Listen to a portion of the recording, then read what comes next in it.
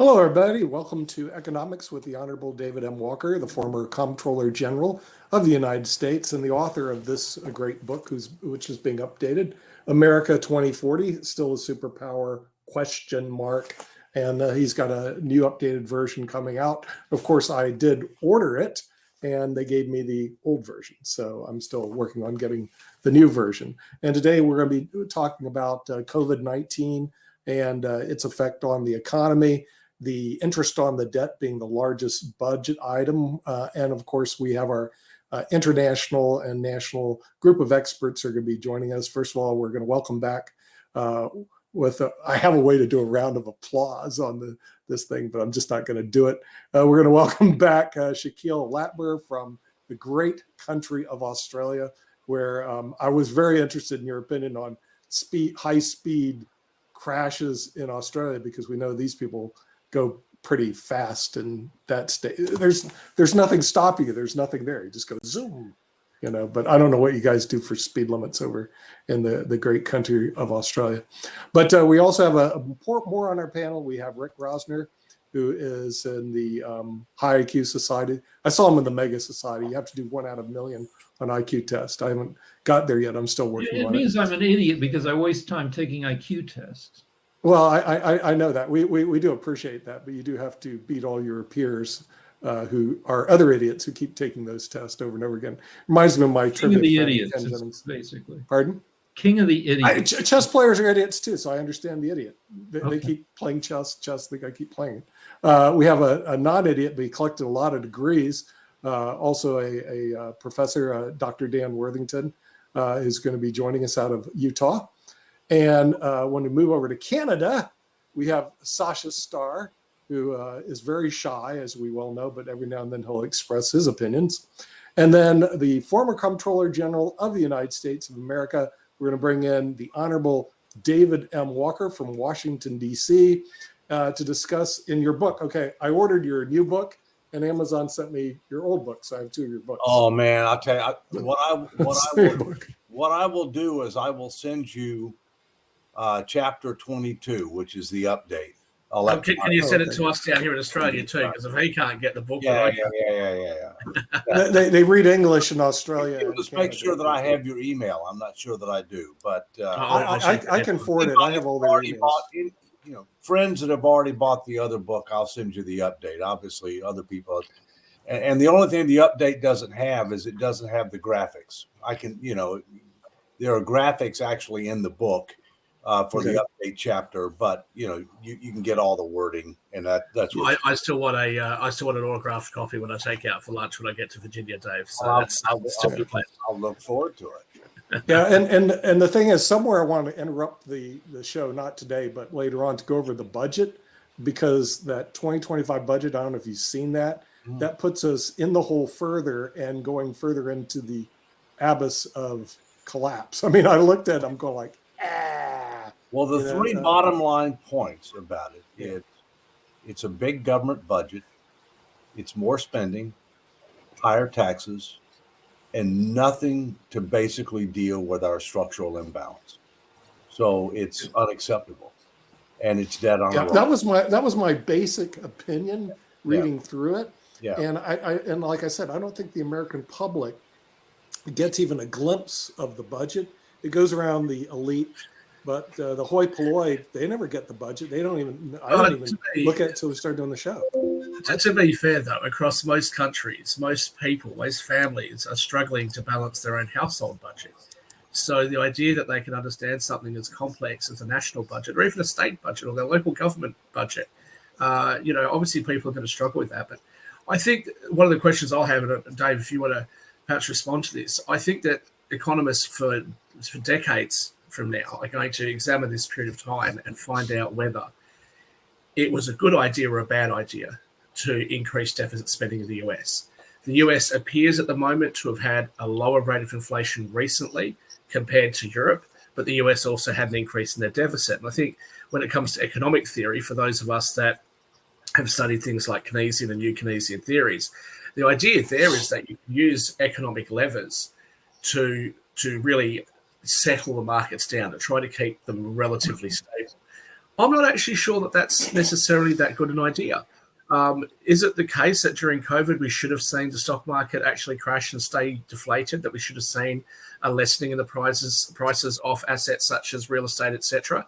Or is it a good idea for us to intervene into those markets to artificially keep them higher at the cost of increased costs of living and potentially a bigger problem later on down the track?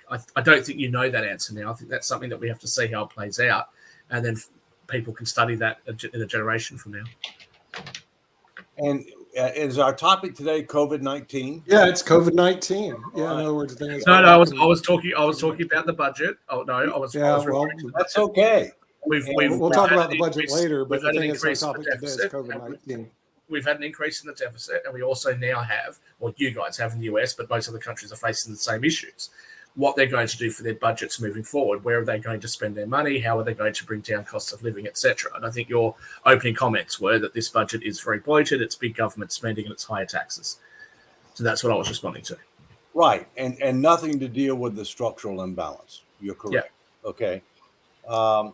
And so let me just make a few opening comments about COVID-19, and then let's get a dialogue going.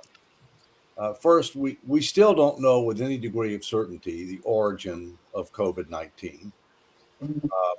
Many people believe that it started in a lab in Wuhan, which happens to be a lab that conducts that type of research for the People's Republic of China. There was also a wet market that was there. Our intelligence agencies are split. The FBI believes with moderate confidence that it came from the lab.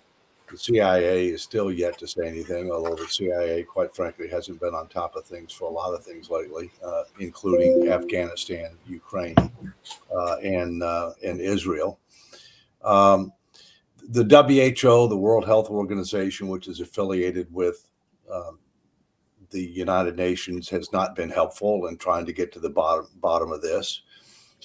During the Trump administration, he initiated something called Operation Warp Speed, which in record time resulted in the creation of 3 new vaccines without going through the normal FDA process. RNA vaccines, which was a new type of vaccine.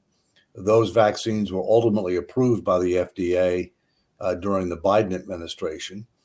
There have been some people that have had adverse reactions to these vaccines. Personally, my wife and I have had 3 of them. We've had COVID twice. It was nothing worse for us than a moderate cold. I think when you look at what ended up happening, a lot of states overreacted and shut down businesses, had shelters in place. Shut down the schools, if you will. And I think hindsight has shown that was a mistake. There are many other countries that didn't do that, that fared better than we did. President Biden issued an executive order that mandated that all government employees and contractors, including the military, had to mandatory take the vaccines. Our courts later said that he exceeded his authority under the Constitution with regard to government contractors. That's not the first time he's exceeded his authority. Student loans and certain other areas were another example of where he exceeded his authority and was struck back by the court. The military lost 8,000 people as a result of this that were conscientious objectors, for religious or other reasons. Later, in about a little over a year ago, the Congress ended up passing a law that rescinded that. I think if you look at in hindsight, you'll see that there was an adverse economic impact. There was an adverse education impact, especially for K through 12 students that put them behind. We're already not top 25 in the world in K through 12 education based upon outcomes, and this is further exacerbated. We spend about $6 trillion in additional spending geared towards COVID. Based on everything that I think at least $1 trillion of that was wasted. At least $1 trillion of it was wasted due to inadequate controls and other type of activities. We had about a 1% death rate. We've lost about 1.2, I think about 1.2 million people allegedly from COVID, which is about 1% of the people that got COVID. The problem is, I think that stat is not reliable because a lot of people never report whether they get COVID or not. In addition, our government ended up giving bonuses of $15,000 to $25,000 to hospitals who reported the death as COVID, even though they may not have died of COVID. In other words, they could have had COVID, but they didn't die from COVID. But they got an extra $15,000 to $25,000 if the person died and they reported that they had COVID, which is obviously a very perverse incentive. So the bottom line is I think there are a lot of lessons learned from COVID. I compare it to what happened for the Spanish flu, 100 plus years ago. We didn't shut down the economy. We didn't shut down schools. We didn't spend, the equivalent of $6 trillion to try to prop things up. And quite frankly, we had a lower death rate, and we had less disruption. And this is just another example, I think, of where, government has, assumed so much more additional responsibility over the years. And their answer is, let's take control and let's throw money at it and just see how it comes out. So those are a few preliminary thoughts. I'd be interested in others. I see somebody put something up about the book, the proper price for the paperback book, just so you know, is $18.99. So they're obviously comparing it to the old book, which is apples and oranges. So FYI. Okay. So I'm more of a COVID alarmist than you are. Okay. And yeah, I compare it to the Spanish flu. The Spanish flu, most of the world got it. Yep. And it was bad for your brain. And interestingly, within 10 years of the Spanish flu, we had the rise of fascism. And within 20 years, we had a depression. And then we had the whole world caught on fire, World War II. And I'm wondering if the world went crazy back then because the Spanish flu ate people's brains. We know that a case of COVID bad enough to put you in the hospital causes 20 years of aging to your brain. And, the average American has caught COVID 3 times, I think. And, I'm wondering what happens to us if COVID has made us dumber. I think it's made us worse drivers. And, this is a time when we're getting bombarded with propaganda from all sides. And if we're too dumb to figure out what's BS and what isn't, then, that's not great. So I have the same, because I've had COVID twice now. And I'm 40, so I have the same mental acuity as Biden. Is that the theory then? No, you didn't get hospital. You didn't go into the hospital. You didn't get hospitalized. Pretty much. And I think the other issue that we need to keep in mind is the government didn't really take a targeted approach. It was kind of a one-size-fits-all approach. They assumed that if you were over a certain age that you, by definition, were high risk. But they went well beyond that to be able to mandate it to people of all ages.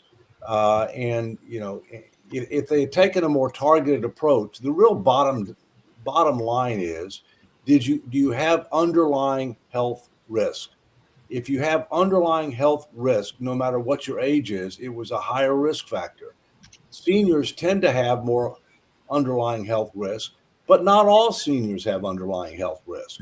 But to come back to the economic perspective of this, because we can debate and we will debate for decades what we should have done in lockdowns, not lockdowns, and all the rest of it. But to come back to the economics of it, I think that question that I sort of posed at the beginning is we are now having to deal with the aftermath of what all of our countries have done. The US has run a bigger deficit, but they've had lower inflation at the end of that period. Is that a good idea? Is that a bad idea? Is the US too bloated because it's got too much debt compared to perhaps some of their counterparts? Is there, some tailwinds that are heading towards the US? What's your opinion of that? Well, my opinion is that our politicians, who may have been, their brains may have been affected by COVID-19, but they were already challenged beforehand. Okay, that government's grown too big, promised too much, subsidized too many, lost control of the budget, and that COVID-19, frankly, is just an example of that. All right, it was a public health challenge. You could call it an emergency, whatever, but forget about COVID-19 for a second. Look at what the structural budget is. Okay, I mean, it's one thing when you have a financial crisis, 2007, 2008. It's one thing when you have a public health crisis, which related to COVID-19. But COVID-19's over as far as an official public health crisis, if you will. And yet, we are projected to have 1.7 plus and growing deficits, even though it's over. And that, and so we've lost control. We've lost our senses. And I think it's important that we kind of get back to some of the fundamentals under which the country was founded, which includes, among other things, limited but effective government. We don't have limited government, and we don't have effective government either. So we're 0 for 2 on that. Just a few thoughts. Let's keep going. Question for you. So you've mentioned what needs to be done. And, I don't know what the probability that, we get back on an even keel economically is. Can you talk about what growth can do to paper over sloppy and bad economic policies? Yeah, there's really several different elements that we need to look at going forward. One of which is, how do we increase economic growth? Because my personal view is the right metric from a fiscal standpoint are 3 things. Okay. Number 1, debt to GDP. How much debt do you have as a percentage of the economy? So if you can grow the denominator faster than the numerator, you're making progress, even if the numerator is going up. All right.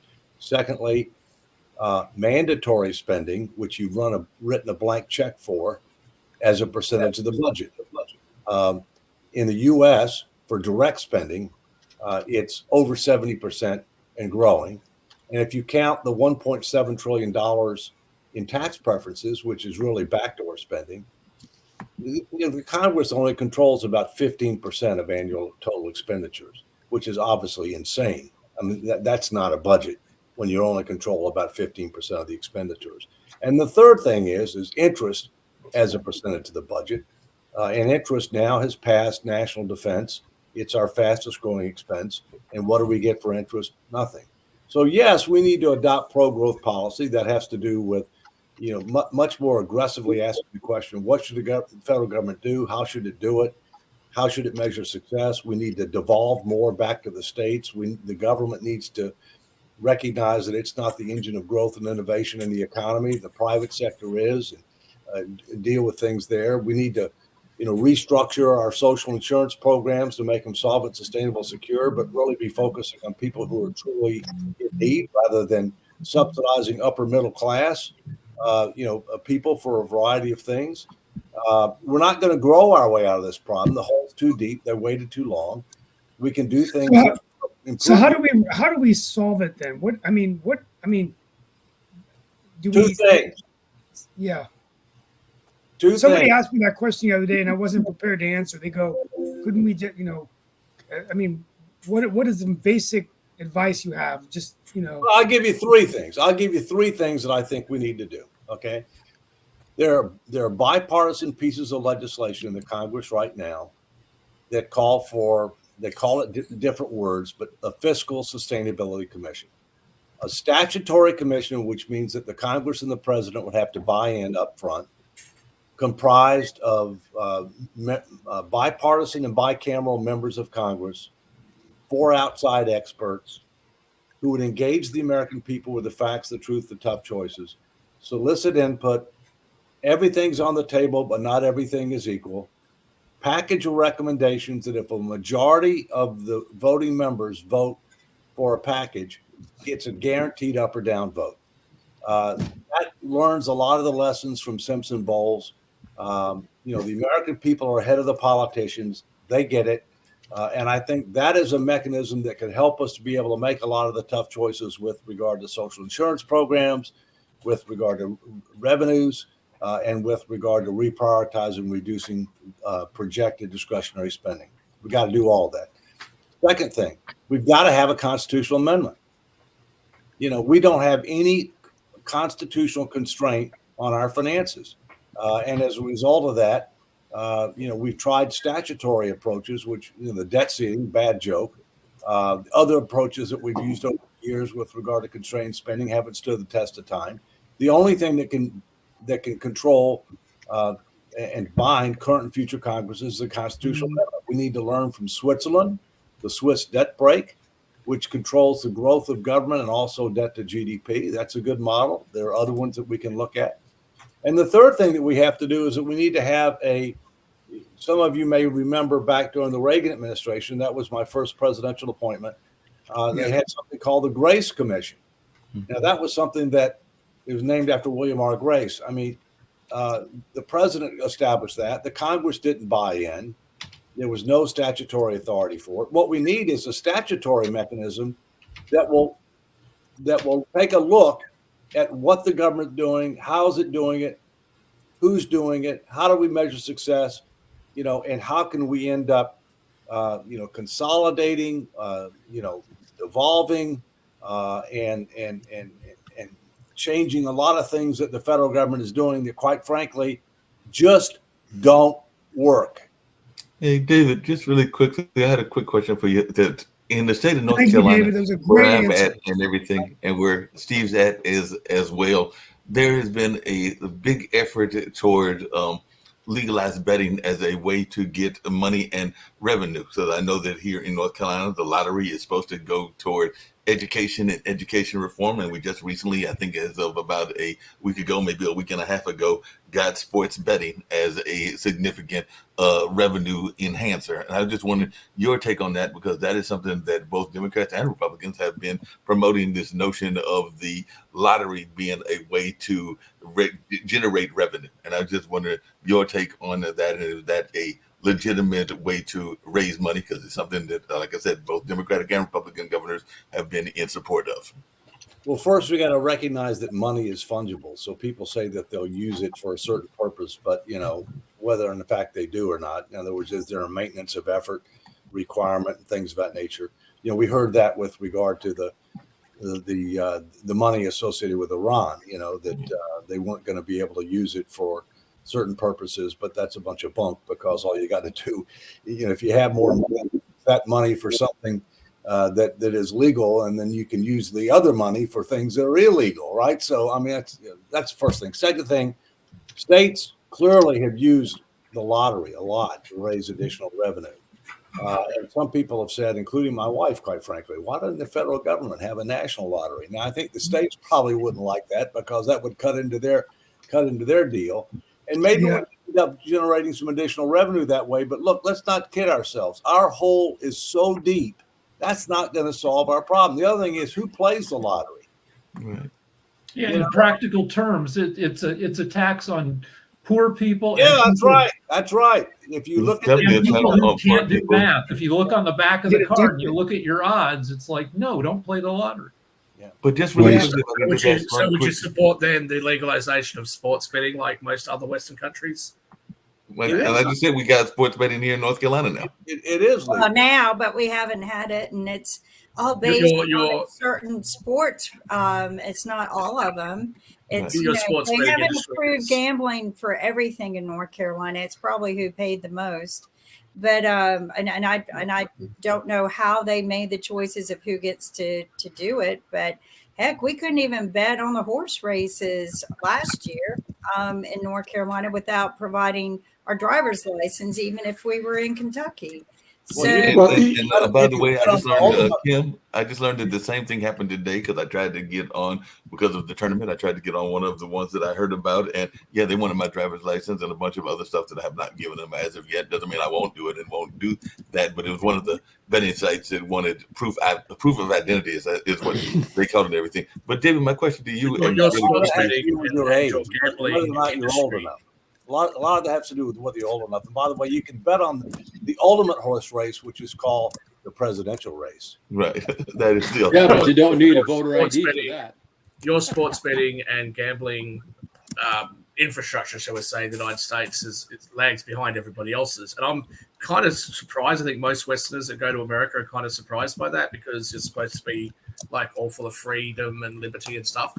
But in any case, I don't think you're going to be able to gamble your way in tax gambling in order to gamble your way out of the economic issues that face your country. But a question about whether lifting regulations on people so that they are free to do what they want to do might help. I think that's part of it. I think that would probably help. Yeah, that's part of it. No question. Deregulation. Absolutely. Hey, just really quickly, if I can ask just one quick follow-up question. What is your notion? Because the other thing that North Carolina used to be very good on, and I know Jacoby is aware of this as well, is our film industry. But we, in our infinite wisdom, decided to get rid of a lot of the tax credits to the filmmakers, and therefore the industry isn't as strong as it used to be. Not saying that there isn't films and TVs that are produced here, but it's not as strong as it used to be, because it used to be the number 2 or number 3, depending on who you were listening to, or 3 or 4, depending on who you were listening to, behind California and Florida. And definitely, but now we're probably like 10th or something like that. But I just wanted your thoughts on tax credits as a way to raise money as well. Well, all right, let's talk about that. I think there's 2 kinds of spending. Front door spending, where you're actually spending money for things, whether it's social insurance programs, whether it's defense, whether it's homeland security, whatever. Okay. Yeah. And then there's backdoor spending. Backdoor spending is done through the Internal Revenue Code or through the tax code at the state level, where you give deductions, exemptions, credits, including refundable credits and some exclusions from income tax, if you will. I consider that spending. I consider that foregone revenue, backdoor spending, and that's where I said at the beginning, over 70% of the direct spending is on autopilot. We've written a blank check, and then when you add the 1.7 trillion in federal tax expenditures, we're only controlling about 15% of total expenditures. Front door and back door.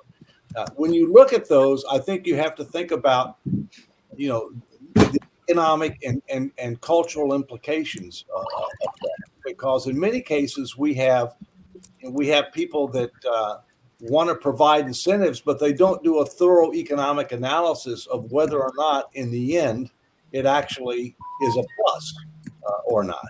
A plus from the standpoint of a financial standpoint, and a plus from the standpoint of society.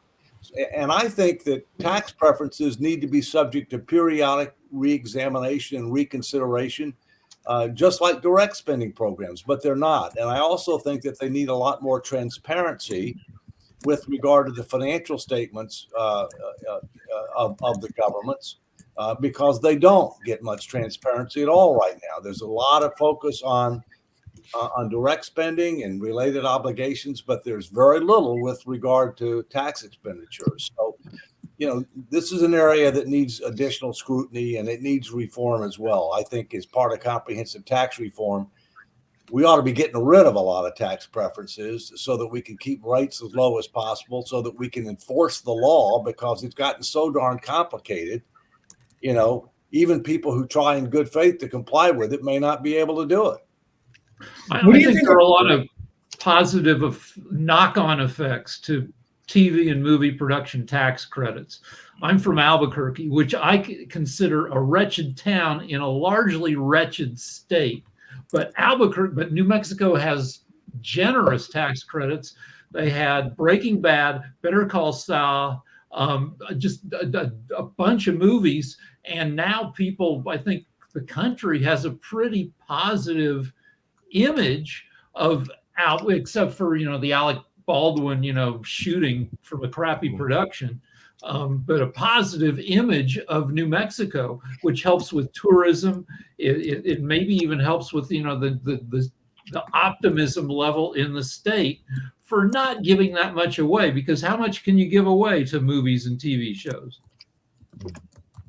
I'm just saying you got to do economic analysis, and I'm just saying that we need to have a lot more transparency with regard to tax preferences at all levels of all types. But yeah, it can end up having a positive economic effect, it can have a positive effect on image. David, when I was reading through the 25 economic budget that was submitted, it shows our debt rising to $50 trillion. This is in the budget. In other words, I don't know if that's a good thing. And the debt to GDP ratio, 116%, highest ever. The deficit to be 1.7 trillion. In other words, all I saw was bad news with worse news with even worse news. I did not see any constraints on spending.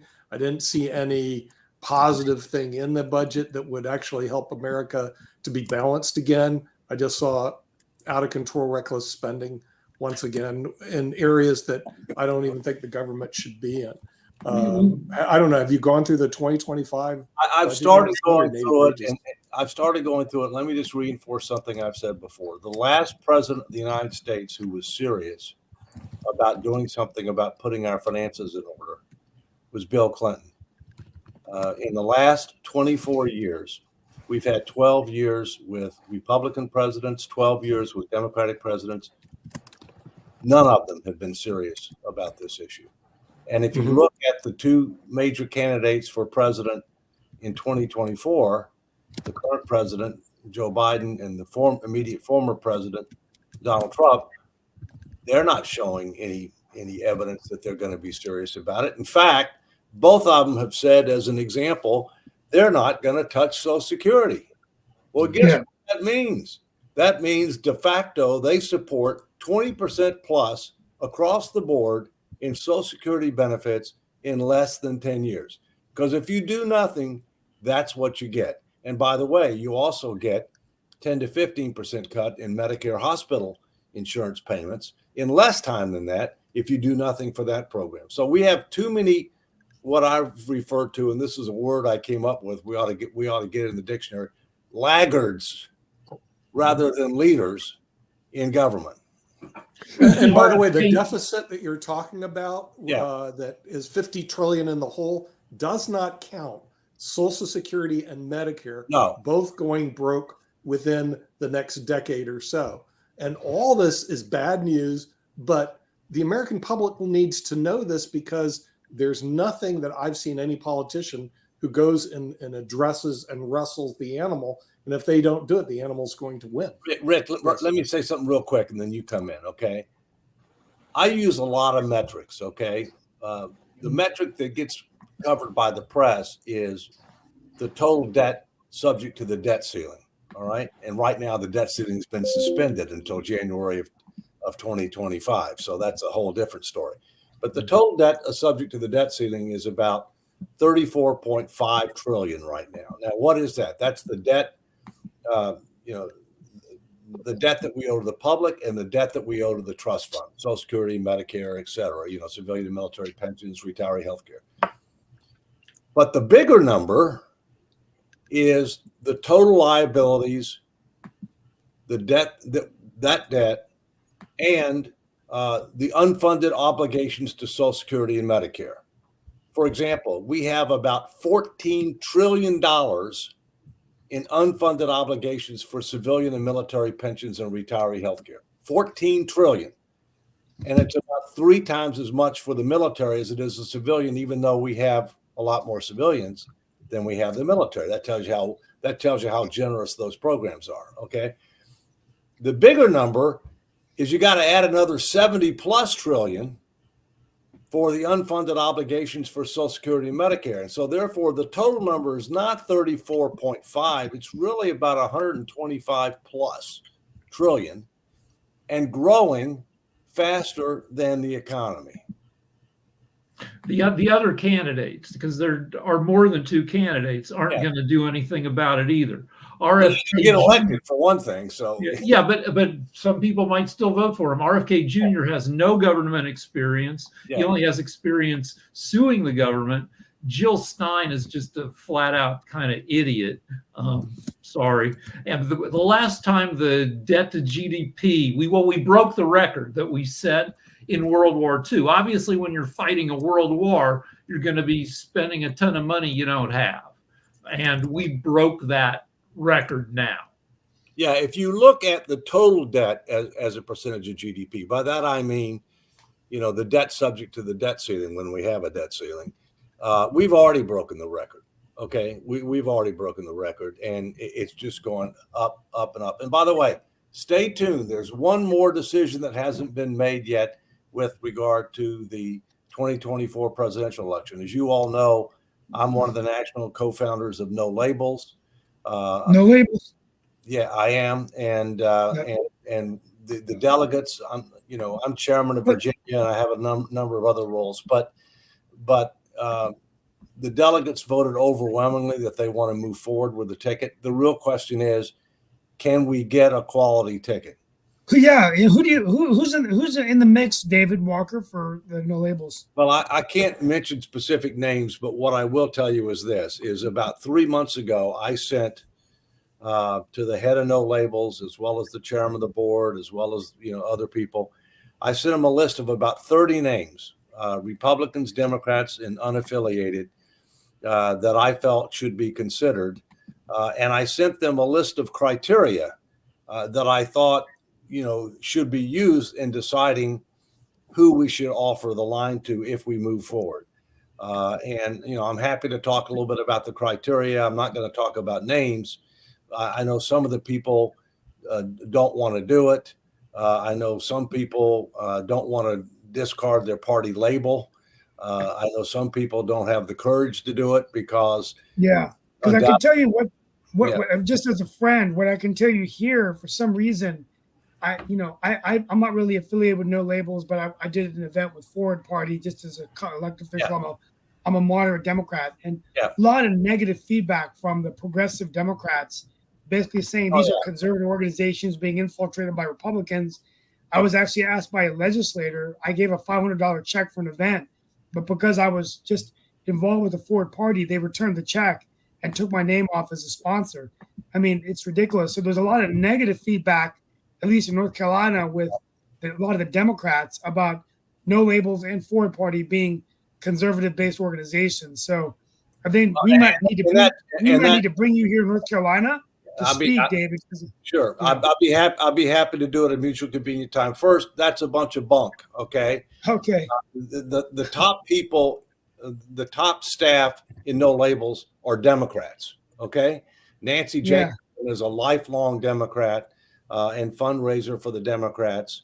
What they're afraid of is that any additional competition, including No Labels, is going to hurt Biden. And the reason they're worried about that is because Biden's a weak candidate. I can tell you, in all of the analysis that we've done, and we've done much more extensive polling than anybody else, 35,000 people, statistically valid, all 50 states plus DC, Biden loses in every scenario. Now, there's a ways to go before you get to November, right? So we don't all know what's going to happen. We don't know what's going to happen between now and November. But he's a weak candidate. And David, along those same lines, just really quickly, I had heard, because I got an email today earlier, and actually it was from some of the Democrats, and all along those lines, it might have been some media people, but there is a push, ironically, to get rid of not Biden on the ticket, but to get rid of Kamala, because they feel that she is pulling him down, and all along those lines. So I just wondered, I know it's an economic show, if you had heard that. Yeah, that's not going to happen. Speculation about him. I don't think it's going to happen, but I agree with it. I think you have to expect that there will be commercials that talk about the fact that a vote for Joe Biden is a vote for Kamala Harris for president, given his age and his mental acuity. And I think her popularity is less than his, and she does not have a proven track record of accomplishing much of anything. So Jatovi's had his hand up.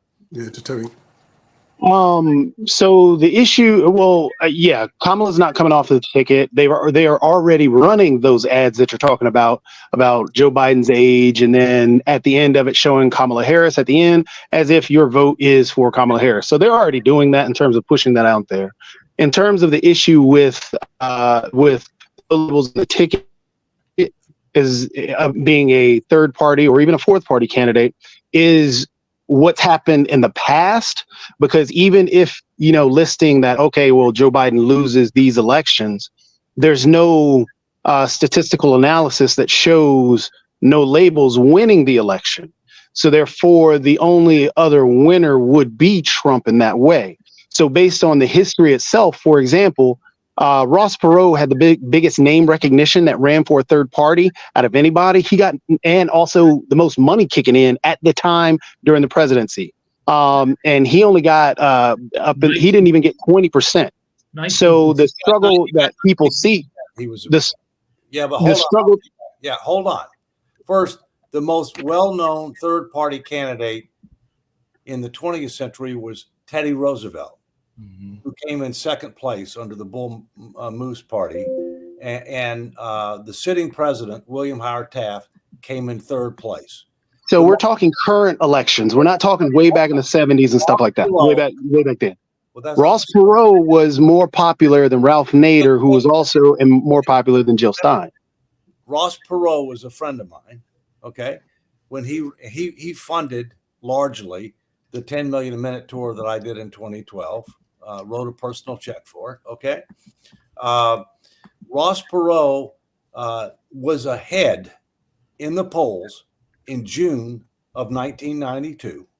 All right, he dropped out of the race for some somewhat unusual reasons. And the reason that he dropped out of the race was because he didn't want to be president.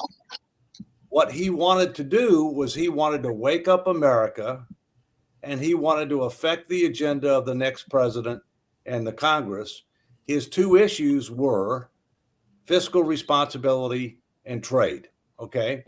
And you're correct. He got 19% of the vote. He got no electoral votes, because he came back into the race too late, right? But who knows what would have happened if he had never dropped out. Here's the key. The conditions today are much, much different than they were in 1992. In 1992, you had a sitting president who, at one point after the Gulf War, had a 90% positive rating. 90% positive rating. No president has ever had that before.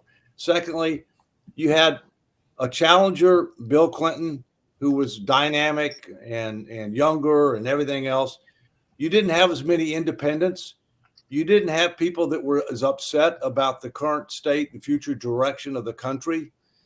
You didn't have that. So I will tell you this, Jatovi, without getting into a lot of detail, we have unparalleled polling and analytical data, okay?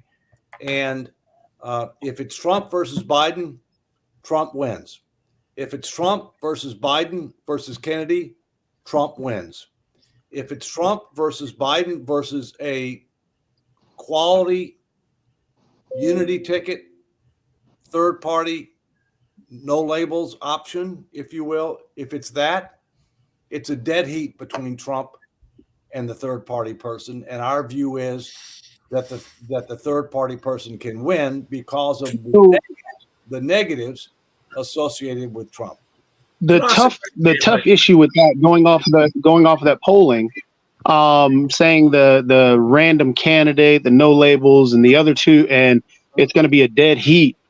The problem is that, are you saying that only that you're going to be able to galvanize the Democrats that are going to be frustrated with Biden based on no policies? Because at the current moment, there are no policies that people are going to be looking at on the no labels ticket. And then on top of that, there are. No every time I've gone to the website, I've seen no policies. I've seen speaking in generalities. You got to look at the common sense agenda.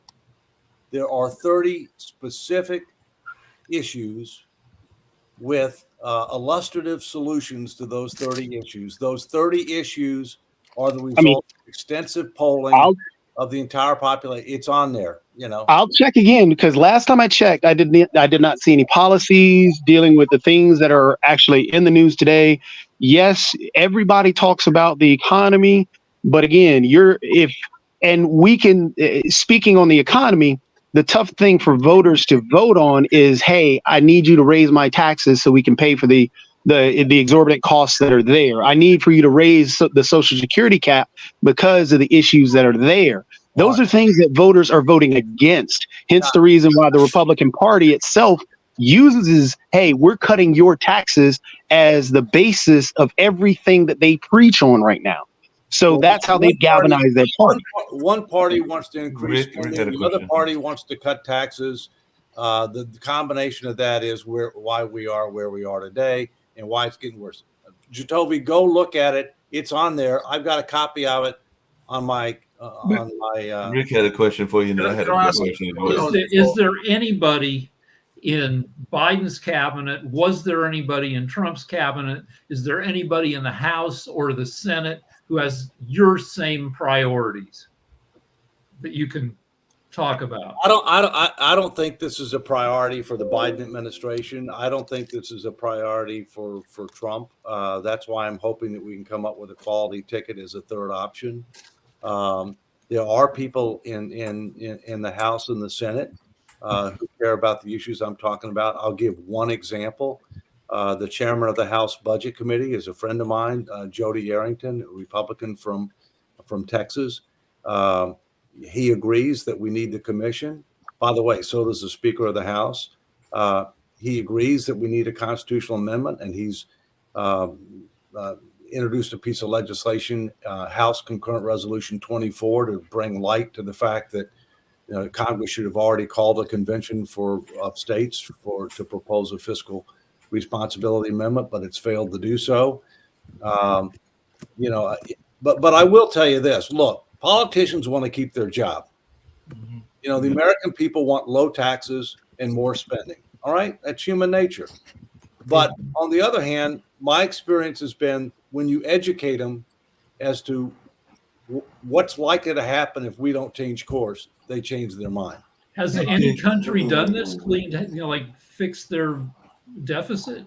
Yeah. Italy and Spain had to, because the European Union would not allow them to, and Greece would not allow them to have such a high GDP to debt ratio. The problem with the United States, we're not part of any union that would stop us from going completely out of contron. And there's nothing that stops us. But yes, there have been countries that have enforced this. Let me say, and we don't have any constitutional constraint. Switzerland was starting to head in the wrong direction at the turn of the century, this century. Okay, they ended up adopting via referendum 85% public support the so-called Swiss debt brake, which basically constrains the growth of government based on the growth of the economy and also limits debt to GDP. Look at the result. Switzerland is one of the most successful countries financially and with regard to their currency and with regard to their credit rating of any country on earth. But did you think Biden did well in the State of the Union, though? He got a lot of positive feedback initially after the State of the Union, did better than people thought he was going to do. He did better on he did better on a couple of dimensions. One, he stayed awake and had high energy level. There you go. But no, he clearly exceeded expectation with regard to his energy level. Okay. But then again, he could have been on uppers. I didn't say that. I don't know that he was, but let me. You don't know that. That's the conspiracy that's out there. Yeah, that's what the Republican Party talking point right now.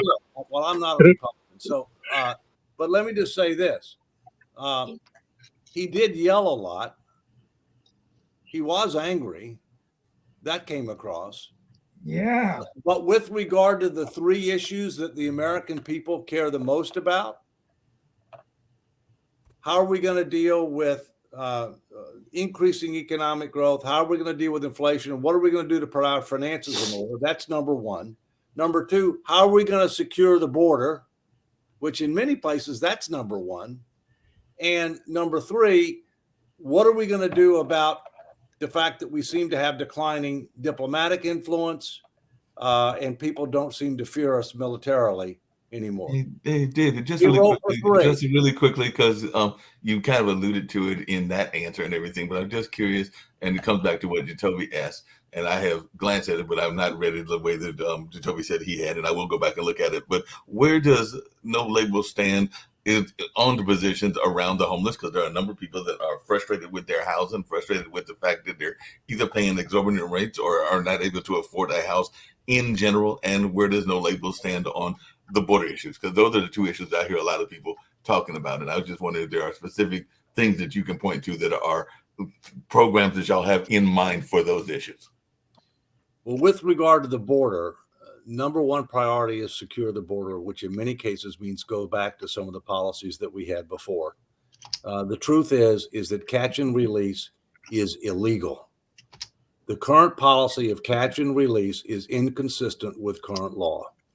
In addition, even the Department of Homeland Security will tell you that 85 to 90% of the people that we're doing catch and release on are not eligible for asylum. They're not eligible. So we shouldn't be releasing them when we know up front that they're not eligible for asylum.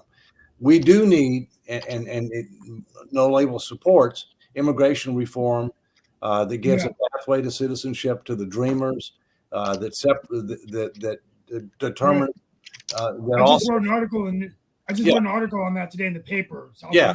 I mean, we do believe there needs to be immigration reform, but we also believe that you need to separate between a pathway to legal status from a pathway to citizenship, from temporary work permits, from long-term things. Look, there are ways to solve this problem, but you're not going to solve it unless you've got a leader who's elected by all the people, and there's only one person that does that, that's in that category, and that's the president, who pushes and can bring people together. But and again, on homelessness, look, I mean, we need a solvent, sustainable, secure social safety net for those that are truly in need. I think it's absolutely outrageous that we're spending huge sums of money to shelter, to feed, to provide health care to people who are illegal when we've got Americans who are legal, whether they're former veterans or not, that we don't do the same for. So, I mean, I think that's just outrageous. Just on a quick thing. And this is one of those things, I guess, that, and me being part of that younger generation, that always gets me a little, my hackles spike up a little bit.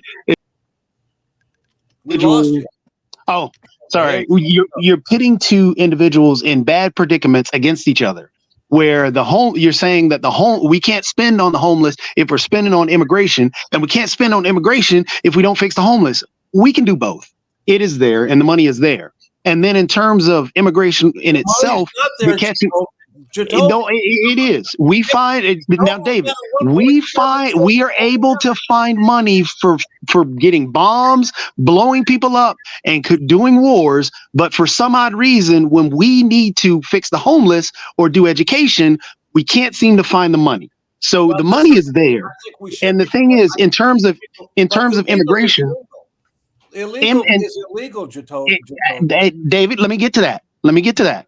In terms of immigration, when we're talking about the catch and release program, a lot of that is due to the fact that we have not spent the money to actually allow individuals to be processed so they can be what you're looking for, that legal. And we tend to fight against that. For example, this $14 billion bill, or the $14 billion that was going to the border to help out, which the Republican Party voted against. And we cannot place the blame on Biden because he actually was ready to sign that, but we can place that on the Republican Party, who actually voted against it due to the fact that Trump said he did not want that. He wanted an actual issue to fight on, to do politics about.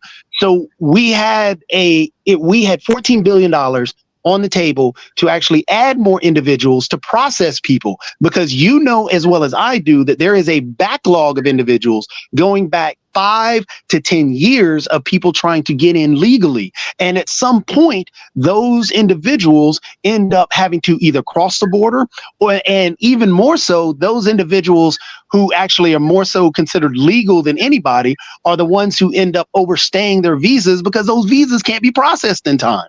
So a lot of the quote unquote illegals are that. I've heard enough. All right. First, understand this. I'm a lot closer to ground zero than you are. I'm a lot. I don't know, because I've got a personal family member going through the immigration process at this very. Jacoby, quit filibustering. All right, I'm a lot closer to ground zero than you are. I know what the political situation is. You don't. Oh, okay? I'm back. Secondly, you're going to get nothing with regard to this issue until the border's secure. The president had I'm telling you, the president has the ability today to take. No, he does not, because again, Trump tried that and that got caught up in the courts. No. So you can't say he has the ability when it gets caught up in the courts. I can, because I know he does. By the way, last thing I'll say on this, because it's gotten ridiculous, is there is a bipartisan bill in the House proposed by the Problem Solvers Caucus that provides border security, that provides about $49 billion in funding for to help with the process, but security first. And then you're right, we need more judges and all of that. Yeah, I agree with that. And also provide some funding for Ukraine, for Israel, and for Taiwan. It's targeted. It's more focused. It's more realistic. It's a lot less money, but it's still debt financed. And so we ultimately got to come back to what we said about before. We're spending money we don't have. We got to figure out how we're going to quit doing that. Yeah. Hey, Dave, and we're going to have to deal with that next week because we're out of time, but we do want to thank the Honorable David M. Walker, the former Comptroller General of the United States, and our panel from around the world with economics with the Honorable David M. Walker. And we will see you all next week. Take care. Bye-bye.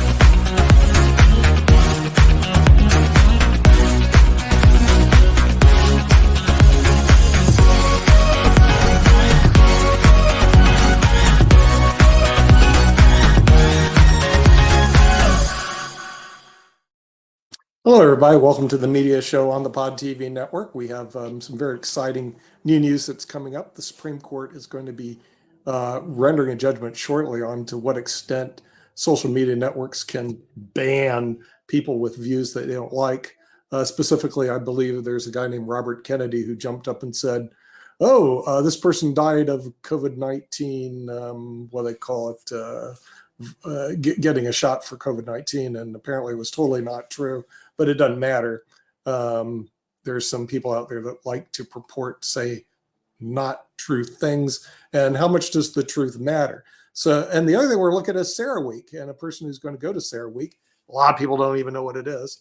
It's the largest gathering of the top economic advisors and political advisors in the Western Hemisphere, second in the world only to Davos. And the person who's going to be joining us on that is Kim Calhoun. And I guess you're all excited about going to Houston, Texas to rub shoulders with the world leaders, even have a cup on it. Okay, great. All right. Tell us a little bit about Sarah. And energy, everything that impacts our whole economy, all of our lifestyles, everything that we use, the utility industry, everyone will be there. We're going to be talking about all of the alternative energy solutions that are coming about, all of the new things that they are going to be doing, and of course regulations, but it is all the world leaders in gas, oil, and energy. We'll be meeting all week. I'm so excited about it.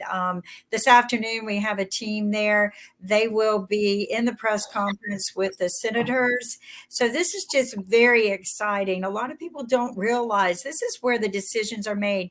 And these people, they don't come here to play. It is 7 a.m. in the morning till 10 p.m. at night. And it's all work, Nick. It is not like all the other conferences, CES or Money 2020. Right. It is all work. We sit in meetings all day. People share what they're doing in other countries. People talk about the solutions, the problems. It's work, and it's in every language in the world. And I love it because you get to say what language you speak, and they give you a headset.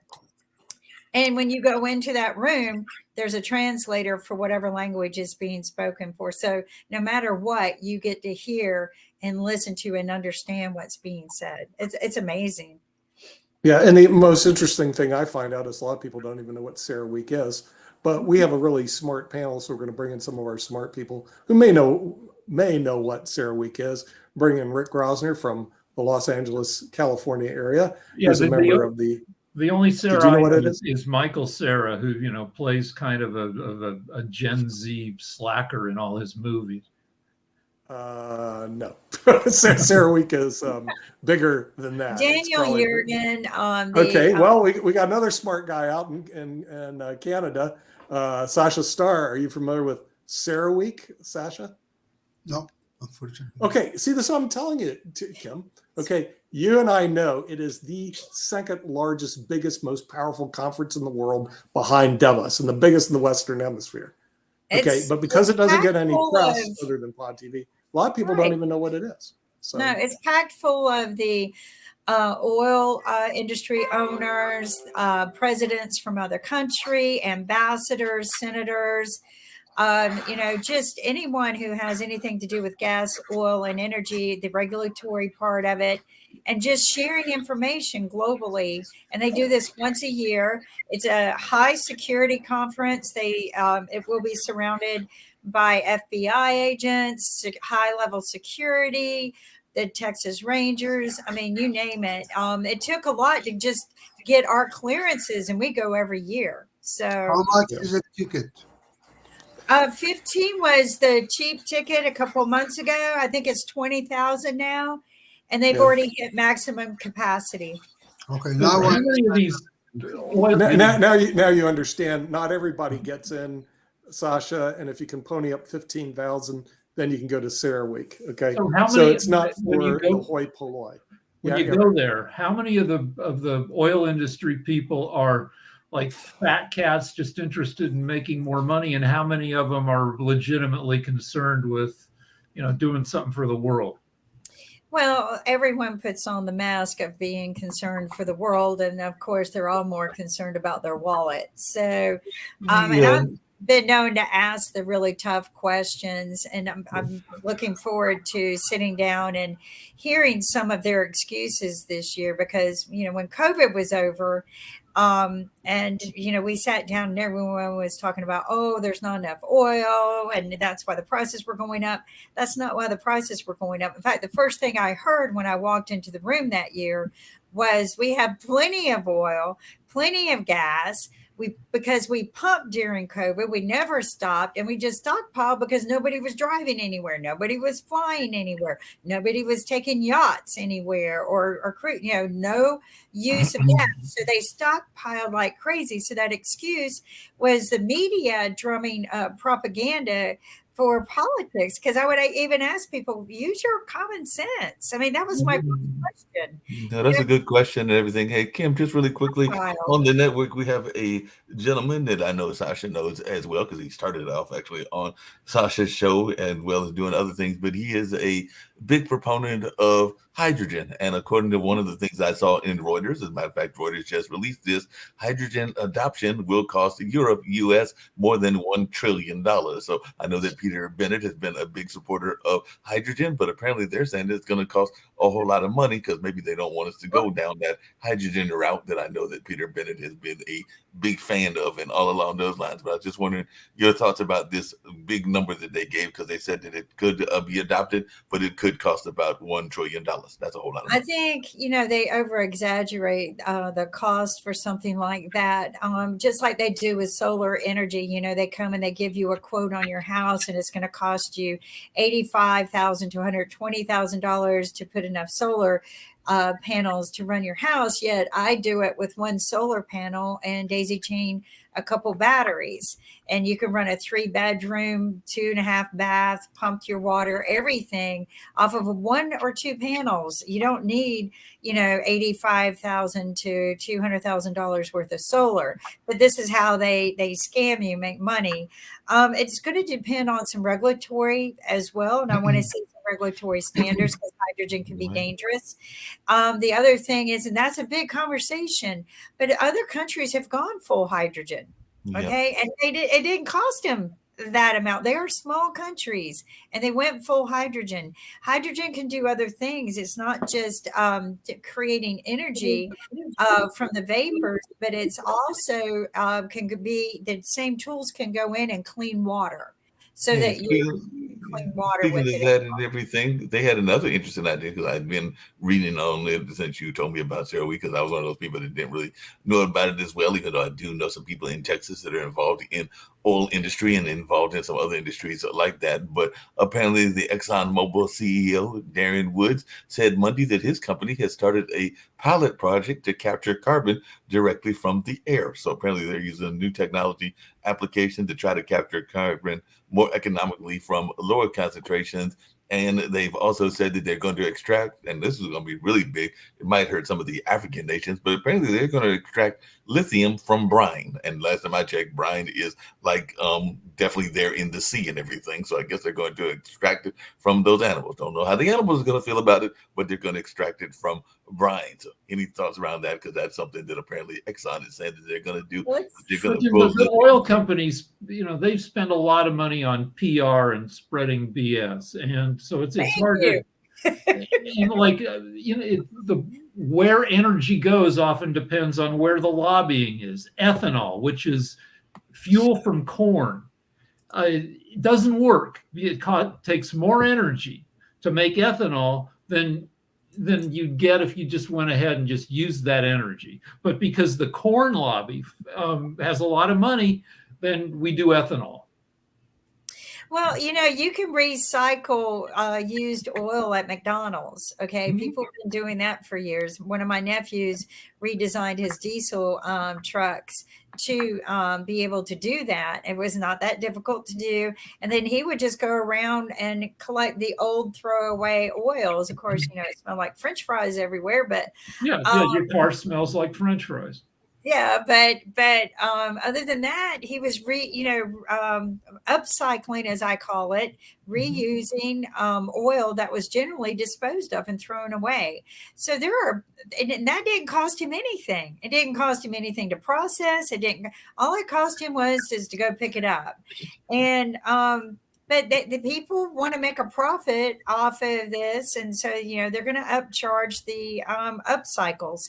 And I think we need to refocus that a little bit, because anybody can go change a diesel converter to take the oil from McDonald's or Burger King or wherever and reuse it. And that's something we should have been doing for the past 20 years, because I think he did that 20 years ago. Oh, so. Wow. Yeah. I mean, I knew people who were doing stuff like that 20 years ago, but there was no push or support for it because the oil industry didn't make any money off of it. The gas and oil industry was like, no. And, you heard of people mysteriously disappearing, or maybe their patented product to do such things were bought and shelved.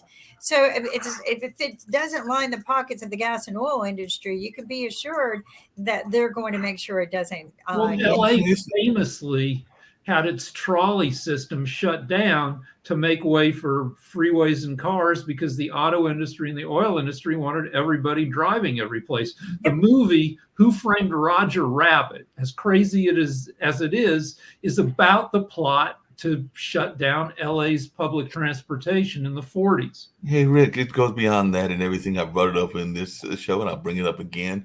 The reason that a lot of the affluent African-American communities that were sometimes known as Black Wall Streets were destroyed because it was a intentional effort to actually have those neighborhoods destroyed by having the highway go through those neighborhoods. So definitely it's part of gentrification. Yeah, the highways were going through those. New York City, Robert Moses, maybe the greatest engineer of New York City ever, did not like minorities, not a fan of black people, ran all his highways through black neighborhoods, turned them into unlivable spaces.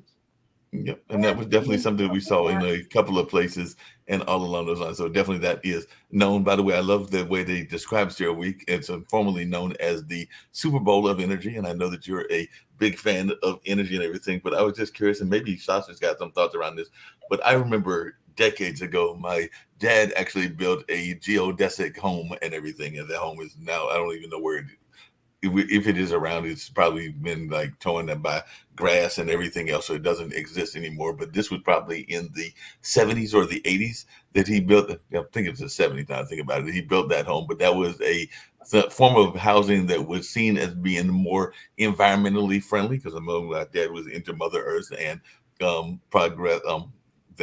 Progressive, I think it was the name of the magazine and everything. So he came up with this idea, and he built it with definitely Mom. I think they might have had some friends that built it as well. And as you know, Kim, some of those homes can be very much more environmentally sound and more even kind of like economically sound as well, because they can definitely have some things that you were just talking about, solar, that are more economical, can definitely be more cost efficient. That's the word I was looking for. And all along those lines, but unfortunately they are not that popular. And to your point, the rental industry and the apartment industry aren't going to have a lot of people trying to build those type of homes, because they aren't as popular for them, because they can't make as much money off of them. I grew up in a hippie town, Boulder, Colorado. So in the 70s, we had quite a few geodesic dome houses. And yeah, they probably save on materials because the shell itself provides its own bracing.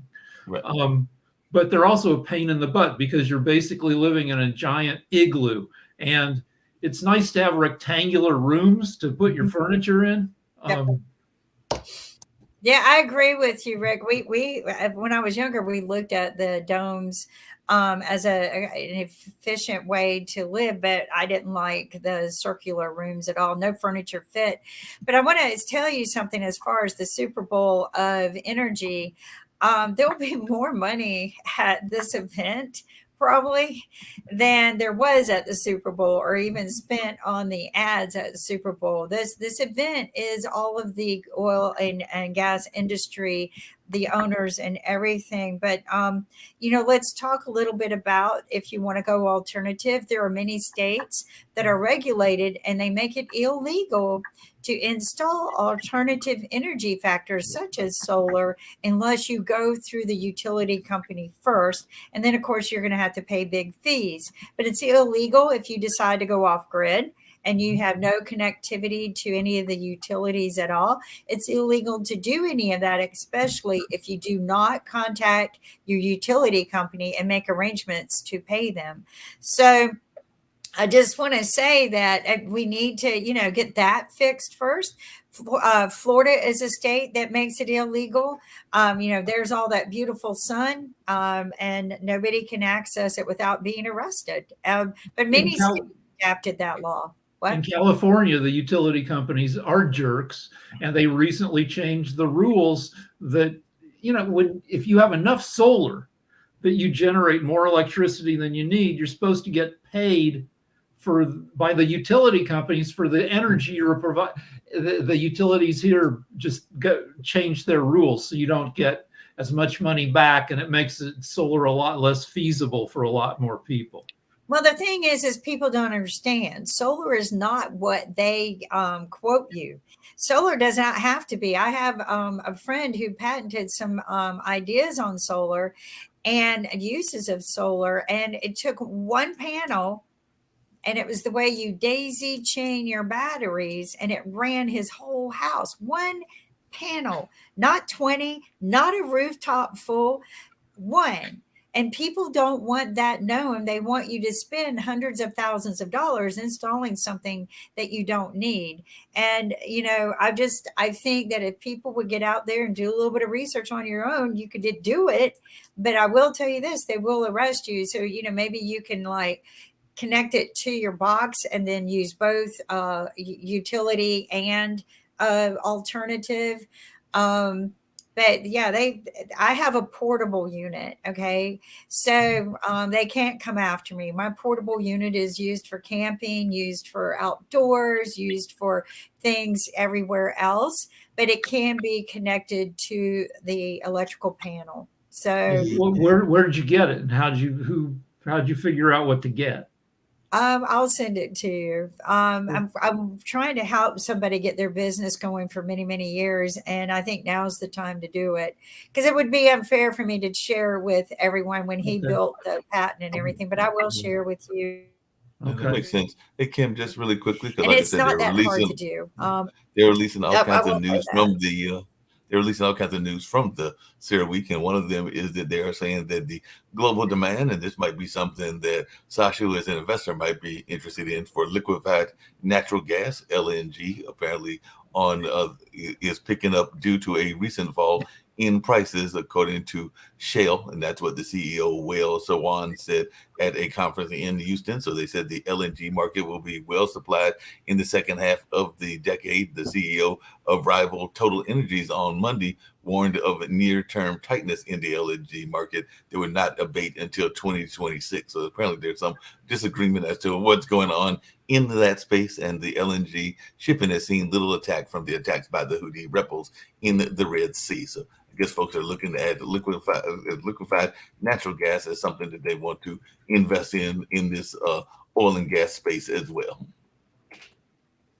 Is that something you invest in, Sasha? Gas? I would like to demystify the energy and its prices once and for all. All that, a big picture, it's a supply and demand. And that's a result to it. And neither conference or anything like this will affect the supply and demand, which will dictate the prices for oil and gas and for just any other sort of energy. Now, the question is whether it's politicized enough and whether in certain circumstances the prices could be manipulated. We don't know even today, 35 years later, when in 1986, as a result of Reagan's fighting the evil empire of Soviet Union, and the prices for oil went down all the way to $8 a barrel, whether it was manipulated one way or another, or it was a natural decline. It's hard to say. There are pro and cons for each of these ideas, and but it's extremely difficult to manipulate. You may manipulate it for a short time, perhaps. I would probably trust into this idea. But for a long time, you cannot manipulate prices for commodities, like we know a story from the Hunt brothers when they cornered the silver market in 1982, and even they could not withstand and had to give up simply because it's almost impossible to manipulate the commodity prices. Well, that's all there is to it. And liquefied gas, it's the same thing. If there will be enough supply, then the prices will not go much higher, probably will go lower as a result of it. To me, Nick, question for you, because there is a major thing, and they're going to, I guess, talk about it during CERAWeek as well, but law gets involved as well, because apparently the ExxonMobil folks are saying that they are not challenging the Chevron-Hess merger, because apparently Chevron has got a $53 billion acquisition of Hess and everything. So definitely there seems like there is some concerns about the rights to oil in Guyana as part of this whole conversation. So I was wondering if you ever dealt with any of these kind of merger type conversations in your own legal background. Even though I know you're a pension attorney, I didn't know if you ever dealt with merger talks as well, because apparently this is some major mergers that are taking place that could impact the cost of gas even. Yeah, well, the thing is, mergers and acquisitions are a specialty of it itself, and the antitrust rules are the real problems in the United States and also in Europe. One of the ones that we saw that didn't go through was JetBlue trying to take over Spirit Airlines, and Spirit is in big financial trouble. They may have filed bankruptcy because they're not going to be taken over. When you're looking at the oil and gas industry, they're relatively all sound. Will it create concentration of power in very few companies. We've seen that taking place for the last decade, so I don't see that to be a problem. I think the real problem that the energy industry faces is the renewable energy, and the thing is, what are they going to do about renewables? And that's where you're going to see a lot of the problems on a going forward basis. In other words, will renewables catch up and defeat the finite energy that we see that comes from like oil and gas? Hey, Nick, they're Sarah conference, which is huge. What really gets me, Kim, is Sarah is huge, but Nick, the vast majority of Americans know nothing. No, we know nothing about it. But Nick, they're trying to fight you on this because apparently the Saudi Aramco chief executive Aman Nasser on Monday, that would be today, pleaded for the global industry to shift its focus from leaning too much on alternative sources to reducing emissions from traditional hydrocarbons. So he's actually kind of said that maybe we need to get away from all of this talk of wind and solar and some of the other things that folks are wanting, because he said that the world should abandon the fantasy of phasing out oil and gas. So he just said that's a fantasy and we need to abandon it, and all along those lines. So it sounds like he's not a big fan of this whole notion of renewable energy and all in that space. Well, look at the source that it came from. What, Aramco? Okay, but if you look at it, no matter how you look at it, the other forms of energy are finite, whether it's oil, gas. We found some very unique ways to frack more oil, but oil, gas, coal, they're all finite. Currently, wind, solar power, hydroelectric power is not finite. So I hate to say that he's wrong, but he's wrong. And he also has a conflict of interest when he's talking, because he's talking for the benefit of his own industry, which is always a problem when you go to an industry conference like this. How much are these people being objective, and how much are they talking about to support their own particular agenda, which is their industry? But this conference is also going to be politicians, so it'll be very interesting. An interesting mix of politicians and CEOs from major companies like Shell, CEOs from companies like Hess, CEO from companies like ConocoPhillips, whose biggest job is to make sure that they keep their jobs. Well, speaking of people keeping their jobs and everything, and coming back to the media discussion, and I wonder if there's, and I don't know, I think Kim's been to this before and everything, if there will be any social media types, because apparently the Supreme Court ruling is having a major case today that could set the standards for free speech and everything in social media. And I know we get into trouble sometimes for some of the things that we say, and I know we were having some conversation earlier today about COVID and some of the COVID rules, but in a busy term that could set standards for free speech in the digital age, the Supreme Court on Monday is taking up a dispute between Republican-led states and the Biden administration over how far the federal government can go to combat controversial social media posts on topics including COVID-19 and election security. So apparently this is a lawsuit filed by Louisiana, Missouri, and other parties accusing officials in the Democratic administration of leaning too heavily on some of those social media sites and everything. So I just wanted folks' thoughts on this, because they're saying that they have been leaning on the platforms to unconstitutionally squelch conservative points of view. Yeah, intractable problem that'll be solved by the market. All of us here, or most of us here, have run into problems with YouTube and other Facebook being censored, because like I have a show where I argue with a super Trumpy guy who says all these conspiracy theories about COVID and about election fraud, and we had to leave YouTube because YouTube doesn't want BS about those things being spread. And yeah, it's upsetting to have to leave a site. At the same time, it's upsetting to see, 20% of Americans believing ridiculous bullshit. Well, speaking of that, apparently we've also run into problems, and Nick, you're going to love this, but in an unanimous, pragmatic opinion, the U.S. Supreme Court has drawn a roadmap allowing public officials to block users on social media. So if you're trying to say something bad about either Mark Robinson or Donald Trump or Mr. Biden, and all along those lines, they can block you. So faced with the argument that getting blocked violated a user's free speech rights, the court held that the First Amendment only bars blocking by public officials who use social media to exercise government authority. So apparently they can block. And I think, Mark, that's where we're going to see the distinction. The distinction is is it a government entity that's doing the blocking, or is it a private corporation? And so the thing is, one of the cases was when Robert Kennedy was getting on and saying, oh, COVID-19, the guy got killed because he took a vaccine.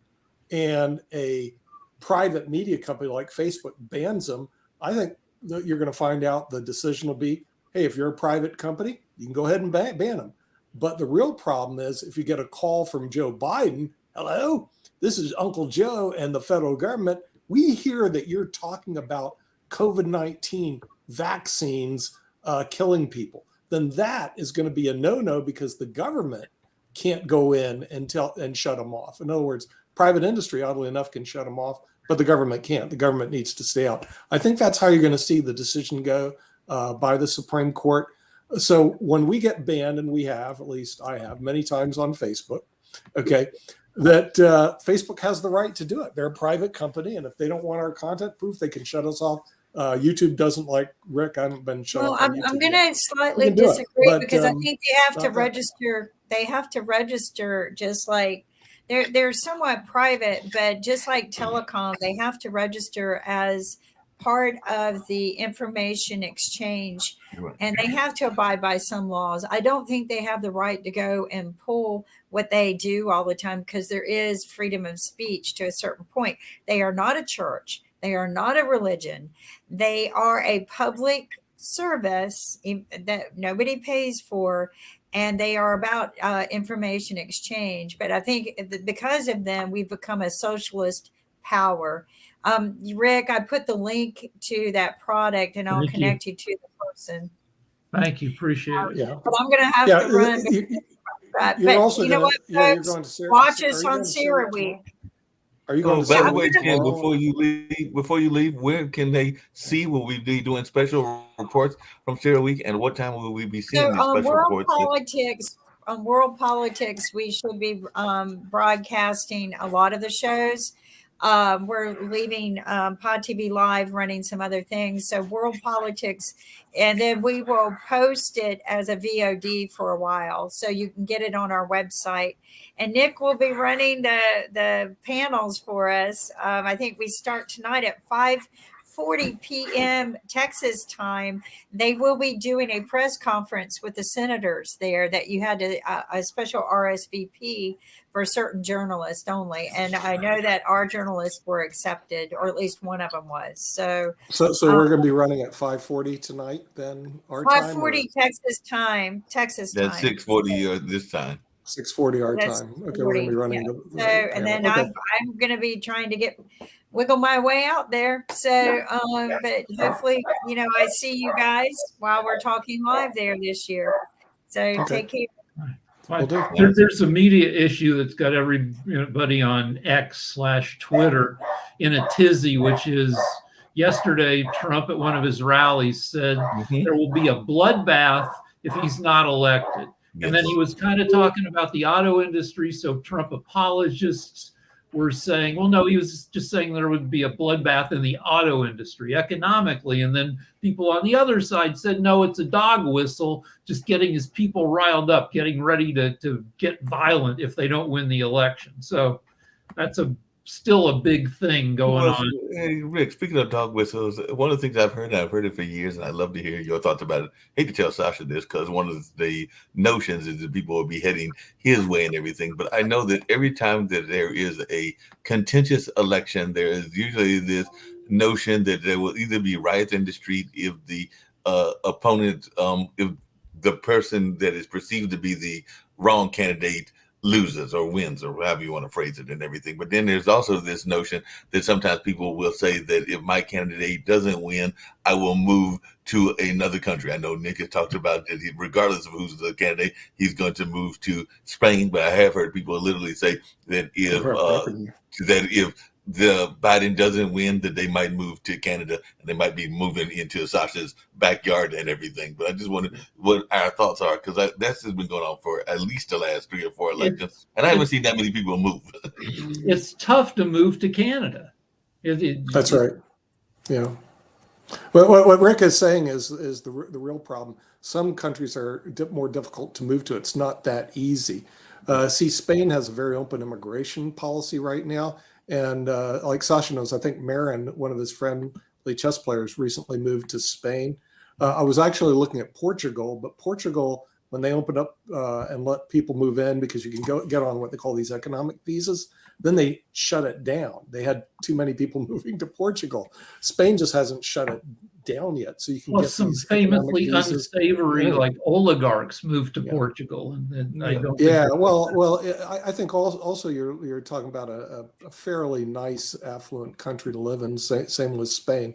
So it really deals more with the immigration policies of various different countries, and some can be very, very tough, like Canada. So Canada, I agree with you, but I just want to know from Sasha that if Trump wins, and he's predicted that Trump will not win, even though you predicted that Trump will win. But if Trump wins, will you be able to find a house for me, Jacoby, and Kelly Jones to live in and everything in Canada? Because we three might be moving to your neck of the woods and everything. So I just wondered, will you have some housing provided for us should Trump win? Well, Mark, I don't want to disappoint you, but indeed, Canada is a tough country to come legally and settle because of various reasons. Number one, there is substantial bureaucracy for people to move legally to Canada and to get some kind of a permit just to live and work, and everything else is here.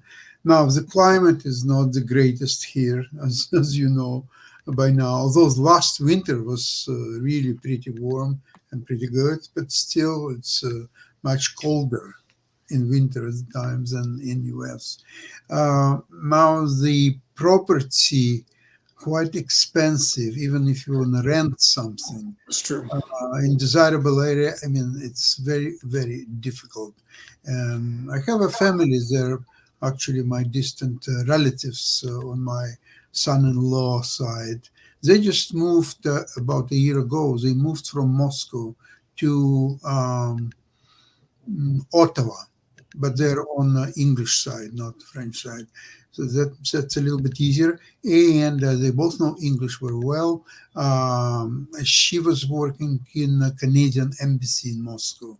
So she had certain credentials that obviously made it much easier for her to find a job and to get started and so on. And even they're both working. He's a computer specialist in high tech, and they're both working, and they barely make enough money to survive. That's how tough it is. The rent is very expensive. Everything, even food, is not very cheap. So they are both working and trying to survive. Really, that's moving to another country depends on how much money you have. Right.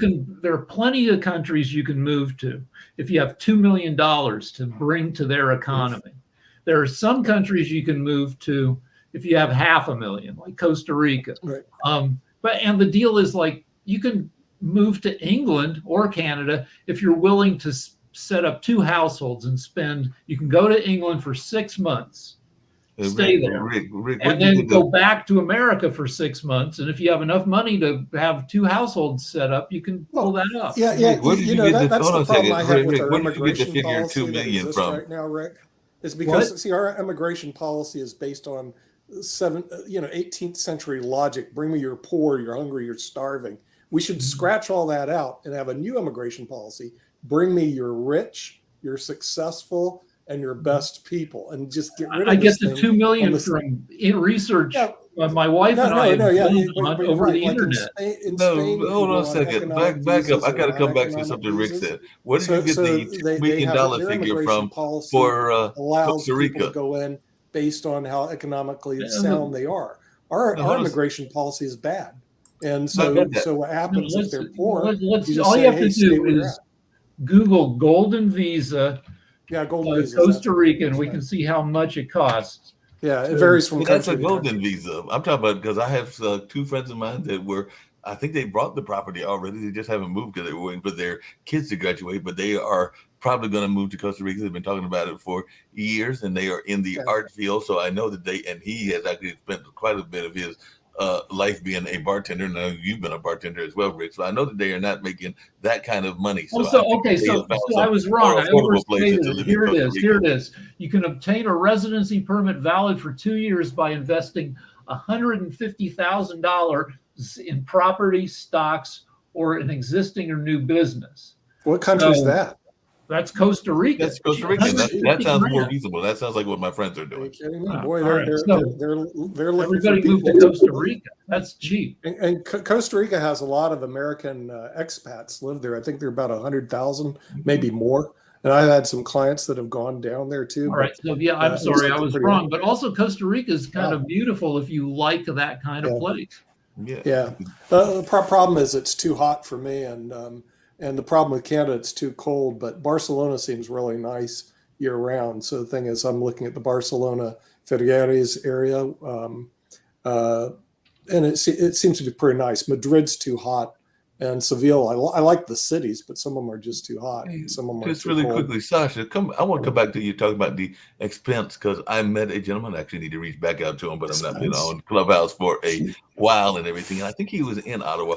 I thought he was actually a chef for a like a fancy restaurant, but now I think that he's a chef for like Red Lobster or something like that. But he seems like he's doing fairly well there, and I want to say he lives in Ottawa, probably living in a apartment. I know he's in that single space. I know he's trying to find his lady love and everything. But I was just wondering, how expensive is it to be a single person? I want to say he's younger than me, so I want to say he's in his early 40s or maybe even late 30s. And so how expensive is it to be a single person in Canada? Because I got the impression from Michael that he was doing fairly well and everything. Well, don't forget that he's in food business, and whoever is in food business never starves. You know, somehow there are always resources for him to be well fed. And obviously he, I don't know how long ago he's working at that job. Probably by doing that for a number of years, he has already stashed some money away. He's already feel financially more secure. And he doesn't have small children, I would assume. As couples that I described, they have 2 small children. That's another problem for them. And so I think I would believe he is quite comfortable. The problem with a lot of those countries. Vancouver's super expensive. Chinese investors. Vancouver's very expensive. But if you live in Yellowknife, I'm sure it's pretty cheap. Correct. Yeah, or Saskatchewan or somewhere like that, it's pretty cheap. But overall, Canada is really an expensive place to live. It's just like in the Caribbean, it's really expensive in the Caribbean. And I asked why when I was down in the Cayman Islands. Why is everything so expensive here?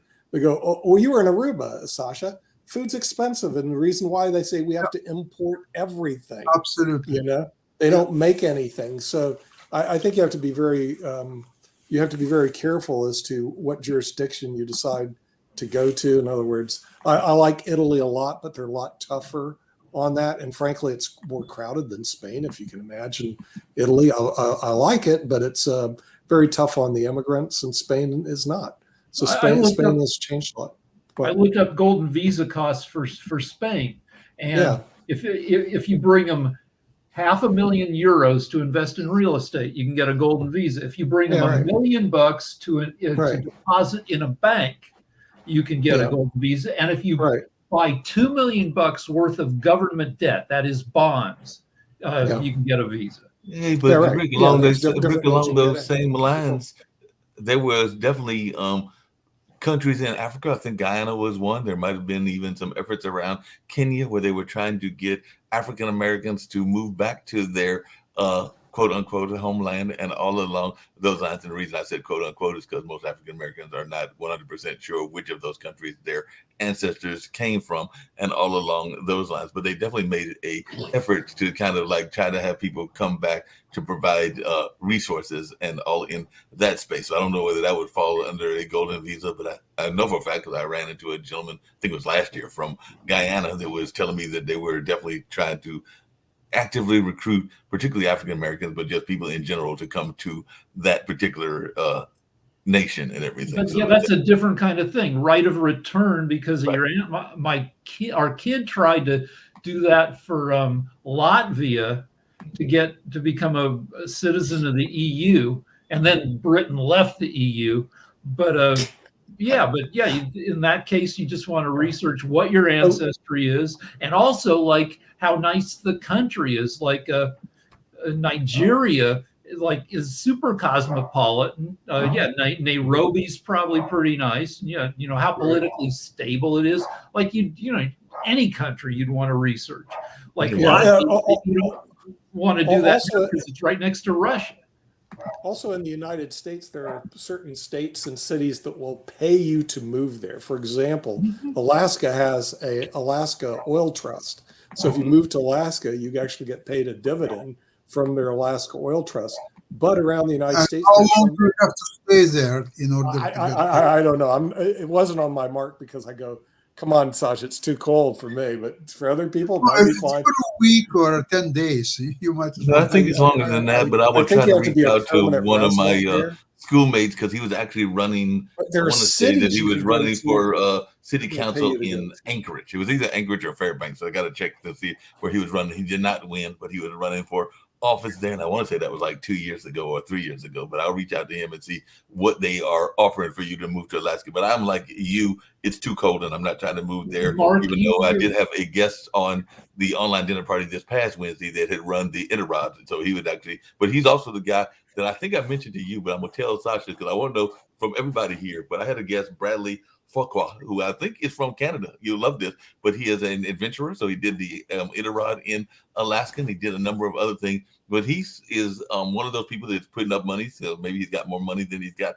sense to go on one of those space rides and everything. And he's also said that within 5 to 10 years, he is going to be building a space hotel. So I want to know if he pulls off the space hotel, because like I said, he's got more money than sense and everything. Will you be making a trip to go to his hotel? Because he's saying that he's going to have that built within the next 5 to 10 years. Well, yeah, but it's going to cost $120,000 to get up there, probably at first, and then maybe the cost will drop when they figure out how to do it better.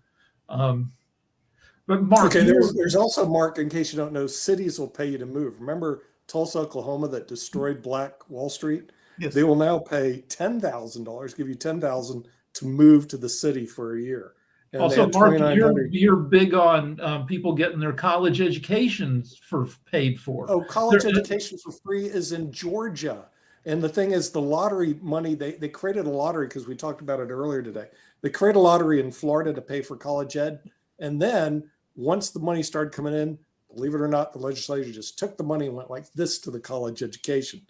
Then Georgia created a lottery for college ed. The money went in. And now if you graduate from school in Georgia, you get to go to Georgia Tech, University of Georgia, Georgia Southern, Georgia State for free. They actually use the lottery money to support education. If you're a good student, but hey, Nick, Rick, and Sasha, y'all didn't answer my question. Should Bradley pull this off? Like I said, that would be the year. Let's just say 2034, because I don't think it's going to be done in 6 years. But should he? And y'all are around, because I know none of us are spring chickens. But should he still be around in 2034 and he builds a space hotel? Will you be trying to get a room in the space hotel? Because he literally said, here's how I've thought about this. Here's how I've dealt with it, because I'm writing a novel set 10 to 20 years in the future. And in the 20 years from now, it'll cost the equivalent of about $19,000 to go up to the hotel for a few days. Still a ton of money. What's cheaper is to go in virtual reality, that they hook you up to a robot that's already in orbit, and you go debauch yourself remotely. You put on, the VR things and the teledildonics, so you can go up there and it feels like you're getting laid, and you're doing it all from some like bed that you're lying on and experiencing. And that's the cheap way to do it. That kind of vacation cost you $4,000 instead of $19,000. And Rick, and you, while doing all that, you can still be in Aruba at the same time in a nice hotel there, 5 stars or inclusive. Another state that is paying you to move there, Ascend West Virginia, a public-private initiative, is offering a relocation package worth more than $20,000 to people who are willing to move to West Virginia. Well, I'm going to tell my wife, like I've told her that we could move to the Oklahoma Panhandle and get a really nice 4-bedroom house for 80 grand. And she's like, yeah, but Oklahoma. But I'm going to tell her West Virginia. And the only thing is, that we go to West Virginia and, we go there and we get paid and you can buy a nice house. And then you go to the diner and somebody says, what are you, Jews?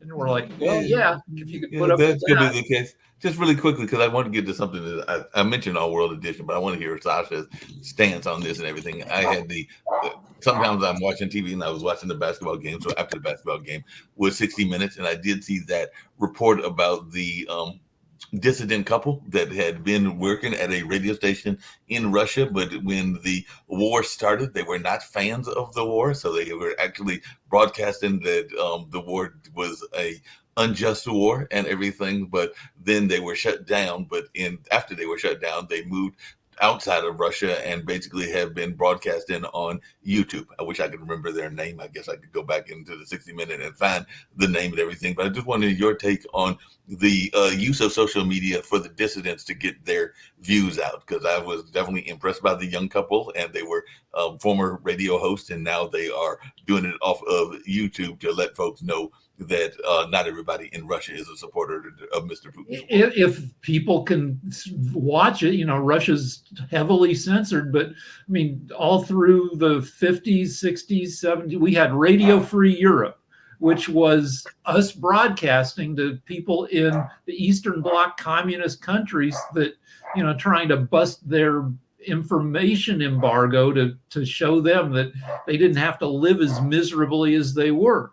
And apparently, and I definitely want to hear from Sasha, but apparently that is what they were saying, was that of the social media sites, YouTube was and I know you're a big fan of YouTube, Sasha, was the freer one in terms of access. So they were not able to do it on Facebook or on other social media outlets because of the fact that Putin and his people could stop the broadcast, but they couldn't stop YouTube and everything. So I just wanted your take as a fan of YouTube also. First of all, about YouTube, if there is a video and printed or otherwise visual content, so both, I'm talking about video and audio content, I think YouTube is exceedingly user-friendlier side than many others. If with one click you get what you want to see, you can start anytime, you can stop anytime, you can see how much time left for you to watch further. Maybe there are some sites which are similar, but I'm not sure that any of them is better and more user-friendly than YouTube. I'm not talking about the political views that they can ban certain entities and people or so on. I'm not looking into that at this point.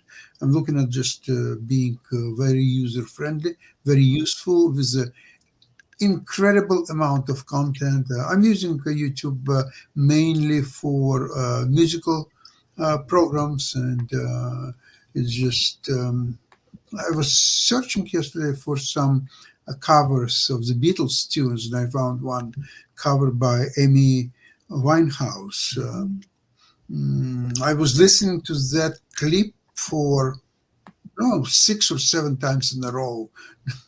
And I don't know if am I that stupid or it's just a fantastic clip. And I just really enjoyed it a lot. And then there's I was listening to Rameau, the tune by the name Cyclops, and no one explains why the name of that tune is Cyclops. Is by Rameau, and I heard 2 versions. One is played by Alina Osetinskaya. It's a Russian pianist, very high quality, and her interpretation is great because it was a studio interpretation. And then Oleg Sokolov, he lives now in Spain, I believe. He played his rendition of that. It was a little bit slower version, but so more musical. I think Osetinskaya was a little bit too mechanical, although it's my taste. Now, the quality of that recording was not that great because it was during the live performance, but still very pleasurable, and I just enjoy watching both versions. And now, speaking about the sites, first of all, I would like to add that before the collapse of Soviet Union, there was also BBC, Russian broadcast, which were very popular. Of course, Voice of America, and many others. Now, today, of course, it's not enough. Today, you need something, YouTube presence, and so on.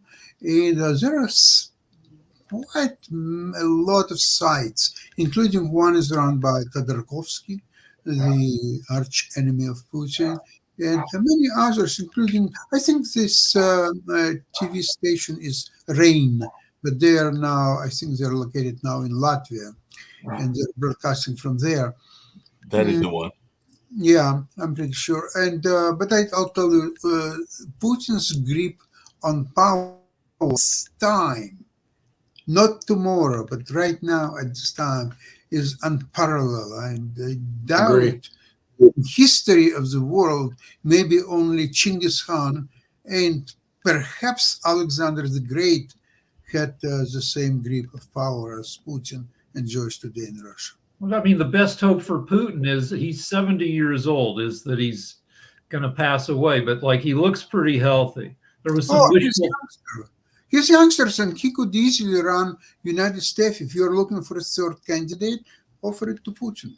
And so make him the no labels candidate. So I don't think that David Walker is going to. He would have no problem taking over the United States. Yeah, he would have a serious problem there. Just really quickly, because the other thing that I saw in that 60 Minutes piece, was, and I think I mentioned it on World Edition, was there was, and we've even seen it in the U.S., what are our thoughts around when people use alternative media? Because definitely, as I mentioned, I think it was a signage that showed some of the carnage, some of the similar to like the videos that Ivan gives us and everything that we're playing when the train was stopped, and literally the train is stopped for, I think, about an hour as it is heading to Latvia, if I remember correctly, or maybe it's heading to Lithuania. But it's a train ride that the Russians have to go on regularly and everything. So they were thrown by that image, and I'm sure that they are seeing regularly some graffiti and other things on the train, and even some posters. So I just wondering our thoughts about alternative media as a way to get the message out there.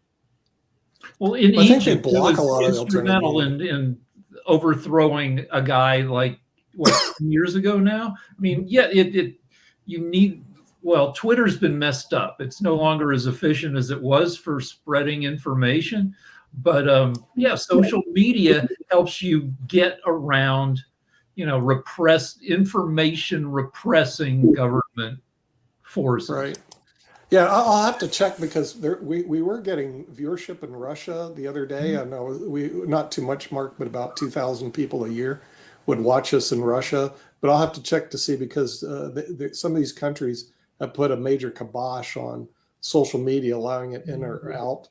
We still get a couple of viewers. We still get a couple of viewers. I know China still has some viewers. I know Russia still has some viewers. I was just assuming that they were all Sasha's distant cousins, and maybe Mr. Putin was trying to keep an eye on Sasha as well. So that's what I assume. Putin was reelected with 88% of the vote. I saw that. Which, I mean, even if it's BS, it still means that most everyday Russians are too busy living their lives than to pay too much attention to the political forces around them, which is true for any country. In the U.S., it's still 230 some days until the election, and most voters are still, they won't wake up, if at all, until 3 months before the election. Well, how do you think the folks in India feel? As you heard me say earlier, their entire election is going to take a month. So that means if you voted in April 1st, and I think that's when it starts, but I know it starts in April. Let's just say that first day of election, you might not know the results for a month. So literally you will go into the vote, and then you got to wait.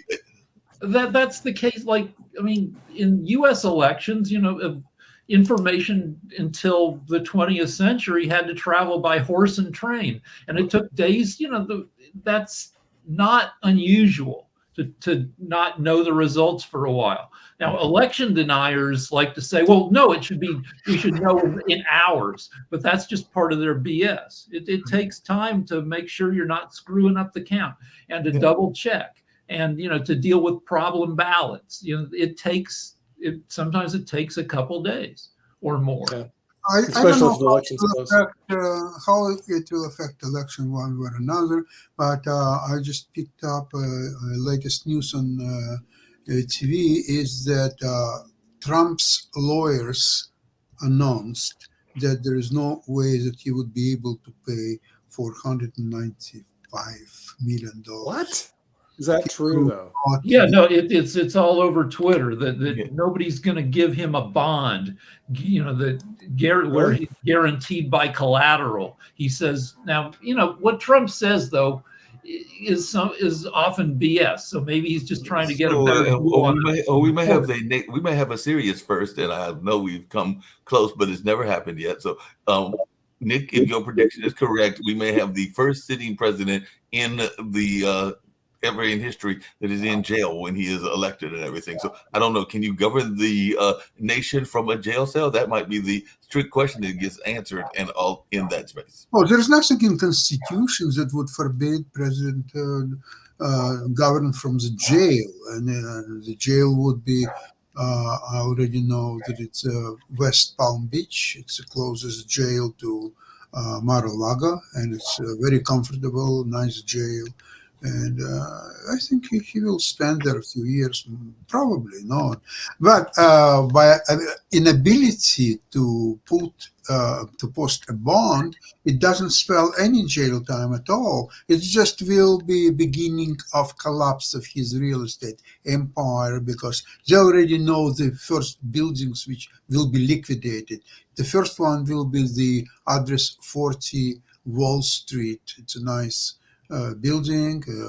Hopefully it will fetch some dollars. But again, nobody knows if equity in that building is unencumbered. He could have by now 4 or 5 mortgages on that, and all kind of liens and registrations, and just we'll know that for sure. There was a guy 120 years ago, Eugene Debs, a socialist, ran for president from prison and got several percent of the vote. He was the most successful socialist candidate in U.S. history. In one election, he got 6% of the popular presidential vote. And for one, he ran several times. And during one of the elections, he was locked up. That has joined us. I've not seen him in a while and everything, so he's popped in just really briefly. We're actually winding down because I know we've got the Timeshare show as well. But Sharif, we were talking about media and everything, so I know you've got your show going. So if you just want to give a plug for that really quickly. And the other thing I was going to mention to Nick as well is that the Utah governor approved an overhaul of social media laws meant to protect children as the state fends off multiple lawsuits challenging that constitutionality. So maybe we can talk about that on World Edition or on next week's media show. But before we get out of here, Dr. Sharif, it's been a minute since I've seen you and everything. And I've actually got a new Facebook, so I've got to get you that new Facebook so you can send me invites and everything. But hope you are doing well. And if you want to just share a little bit about your show before we get on out of here. Yeah, thank you. Thank you for giving me opportunity. And after a long time, I joined. And I want to give thanks Nick Palveda to invite me, Sasha, and Mark Lee.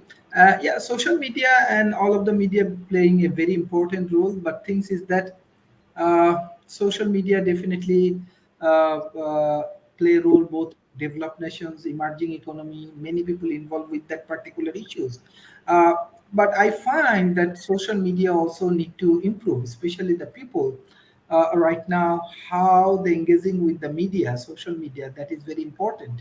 And how they bring the outcome for their society, that is also important. Especially as I am academician, I strongly engage with the academia. I'm very honest with you, I find the new generation, those who are engaging with the social media, these kind of things, they have some sort of perceptual issues, perceptual problem, cultural issues. Knowledge is definitely very important things, but somehow many of the people, especially my student and the youth community, how they utilizing the social media, this is very alarming. How media actually representing different kind of people, this is also alarming. That's why I believe that we need to be very much careful about the utilizations of media. On the other hand, media also has many good things. Let's say it can educate people, it can bring good information for the people, it can create influence for the people, and it can help to reduce poverty, it can reduce corruptions, many good things media can do. We have to focus on that particular issue, especially the youth community. They have to understand and they have to utilize social media and this kind of media in a positive way. But there are a lot of negative things happening. It's a part of any technology and any innovations. We have to figure out the way, and especially I think artificial intelligence come, and this is also alarming for academia, this is also alarming for the education system. We need to develop more peoples with the generative AI and this kind of skills. We are developing different youth communities and many young communities. Even though Singapore, they're playing a major role. They say that those who are more than 40 years, you come to the institutions and take training for AI and artificial intelligence. I like this model, what I get from Singapore, because we have our own innovations. So we are working with Dubai, Singapore, Australia, and soon we will launch our program in USA and in Canada. So thank you to give me the opportunity. I want to give special thanks to Mr. Nick Palveda, because he first trained me how to use social media in a positive way. So he is actually one of the good mentors, good professors, and he playing a leading roles in this industry. So I love to learn more from Professor Nick Palveda. Thank you for the opportunity. Yeah. And we want to thank Dr. Sharif and his great program, the World Talent Economic Forum, which is covered on the Pod TV network. So you can see it here on Pod TV, all the way from Bangladesh, Singapore. He travels all over the place, in Indonesia, wherever Dr. Sharif is. But we're going to be leaving here today. We want to thank our viewers, not just in the United States, but around the world, and our paltry 2,000 viewers that are in Russia that still watch our show. But thanks for watching, and we'll see you next week on the Media Show. Take care. Bye-bye.